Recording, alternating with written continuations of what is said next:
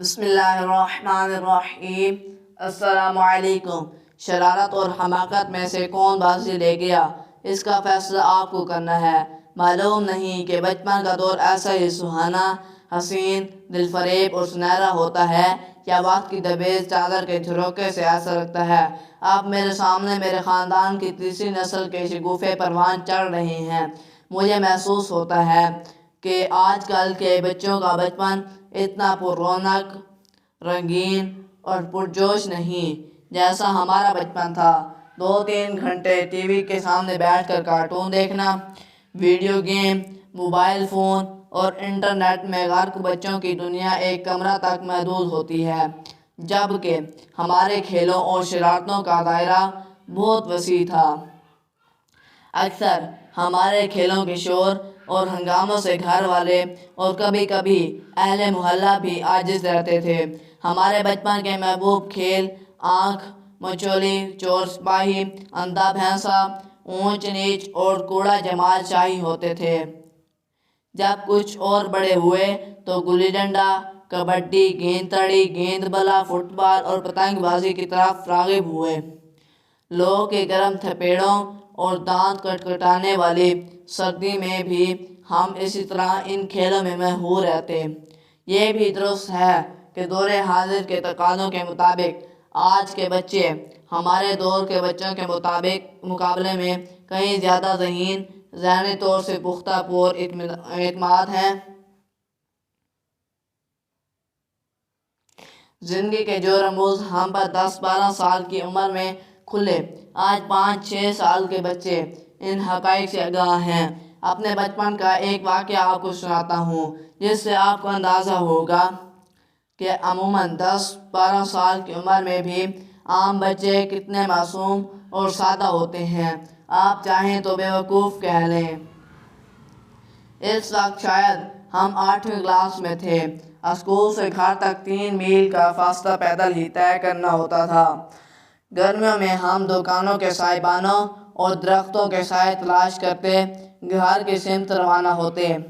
ایک دن novelty talkies کے سامنے میدان میں املی کے دیو کا مت درخت کے نیچے ایک مداری تماشا دکھا رہا تھا۔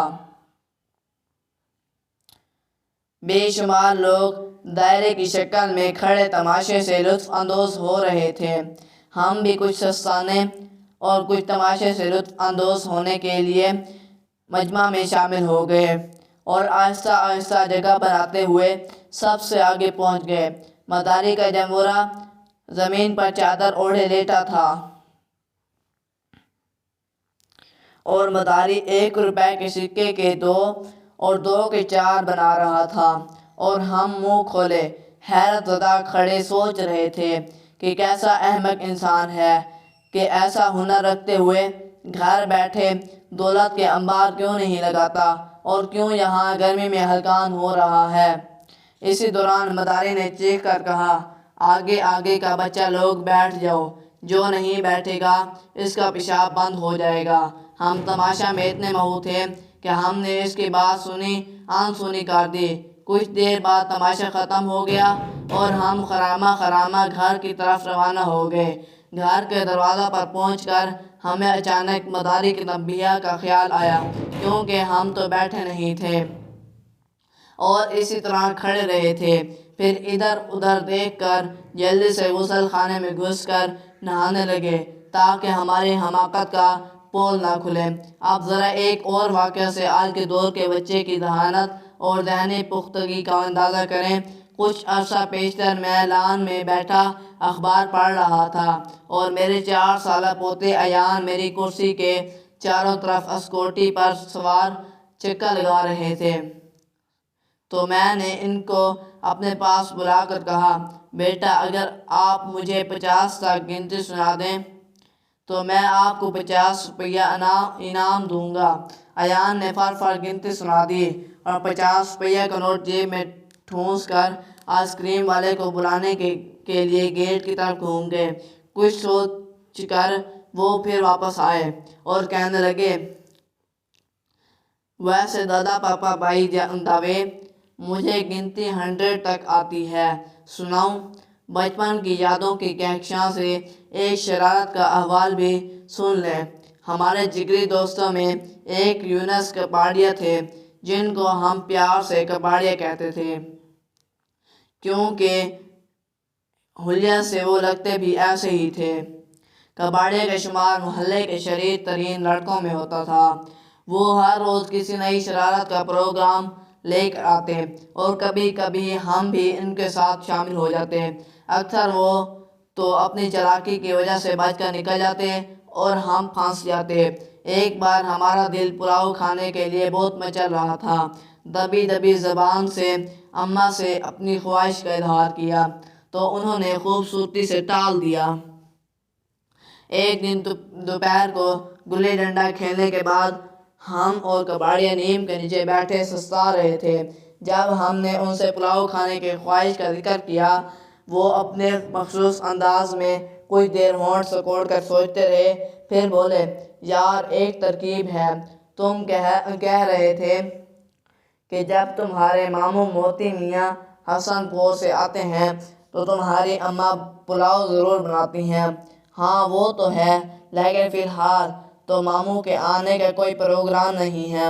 ہم نے رکما دیا، یار سنو تو تم تو گاؤں کے گاؤدی ہو، ایسا کرو کہ ماموں کی طرف سے اپنے گھر کے پتے پر ایک خط لکھ دو، جس میں یہ اطلاع ہو کہ تمہارے ماموں فلاں فلاں تاریخ کو تمہارے گھر پہنچ رہے ہیں۔ ظاہر ہے کہ ان کی آمد کی خبر سن کر تمہاری امی ان کی پسند کی کھانے پکائیں گی۔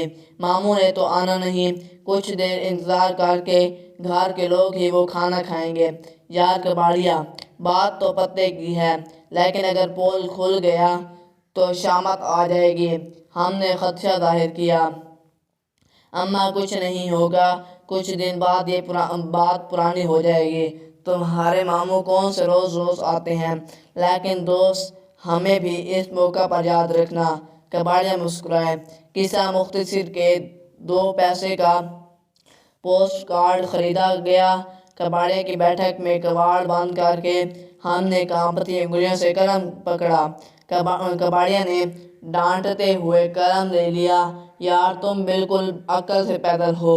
ایک تو تمہارا خط اتنا خراب ہے کہ تم خود نہیں پڑھ سکتے، اس کے علاوہ گھر میں ہر کوئی تمہاری تحریر پہچانتا ہے، فوراً ادھر لیے جاؤ گے۔ یوں خط لکھنے کے فرائض کپاڑیا نے انجام دیے۔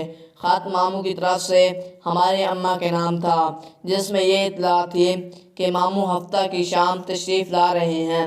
جب ہم وہ خط چوکی چوراہے کے لیٹر باکس میں پوسٹ کرنے جا رہے تھے تو ڈر کے مارے پیر کانپ رہے تھے اور ایسا لگتا ہے کہ پورا شہر ہمیں گھور گھور کر دیکھ رہا ہے۔